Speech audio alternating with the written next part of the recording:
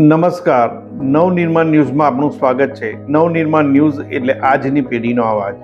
વિધાનસભા ગૃહના નેતા મુખ્યમંત્રી ભૂપેન્દ્ર પટેલે વિધાનસભાના સ્વર્ગસ્થ પૂર્વ સભ્યશ્રીઓને શ્રદ્ધાંજલિ પાઠવી. 15મી ગુજરાત વિધાનસભાના 8મા સત્રના પ્રથમ દિવસે તારીખ 16 ફેબ્રુઆરી સોમવારે વિધાનગૃહ નેતા અને મુખ્યમંત્રી ભૂપેન્દ્ર પટેલે શોકદર્શક ઉલ્લેખોમાં વિધાનસભાના સ્વર્ગસ્થ પૂર્વ સદસ્યશ્રીઓને શ્રદ્ધાંજલિ પાઠવી હતી.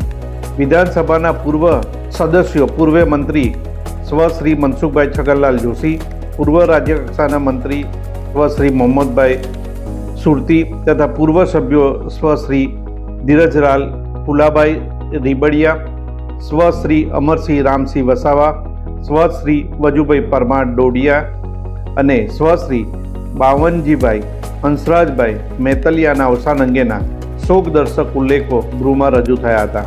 મુખ્યમંત્રી શ્રી ભૂપેન્દ્ર પટેલે આ સૌ સ્વર્ગસ્થ પૂર્વ જનપ્રતિનિધિઓને કર્તવ્ય પરાયણતા અને પ્રજાકીય પ્રશ્નો રજૂઆતોને વાચા આપી તેના નિવારણ માટેની સક્રિયતાની સરાહના કરી. તેમને સ્વર્ગસ્થ પૂર્વ સભ્યશ્રીઓના અવસાન અંગે શોકની લાગણી વ્યક્ત કરીને તેમના આત્માની શાશ્વત શાંતિ માટે પ્રભુ પ્રાર્થના કરી હતી.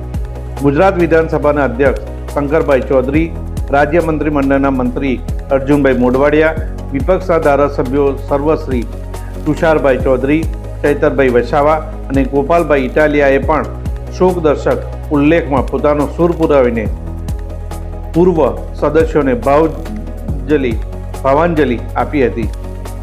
સૌ સ્વર્ગસ્થ પૂર્વ સભ્યોના પરિવારજનોને વિધાનસભા અધ્યક્ષ મારફતે સમગ્ર ગૃહ વતી દિલાસોજી સંદેશ પાઠવવામાં આવ્યા હતા.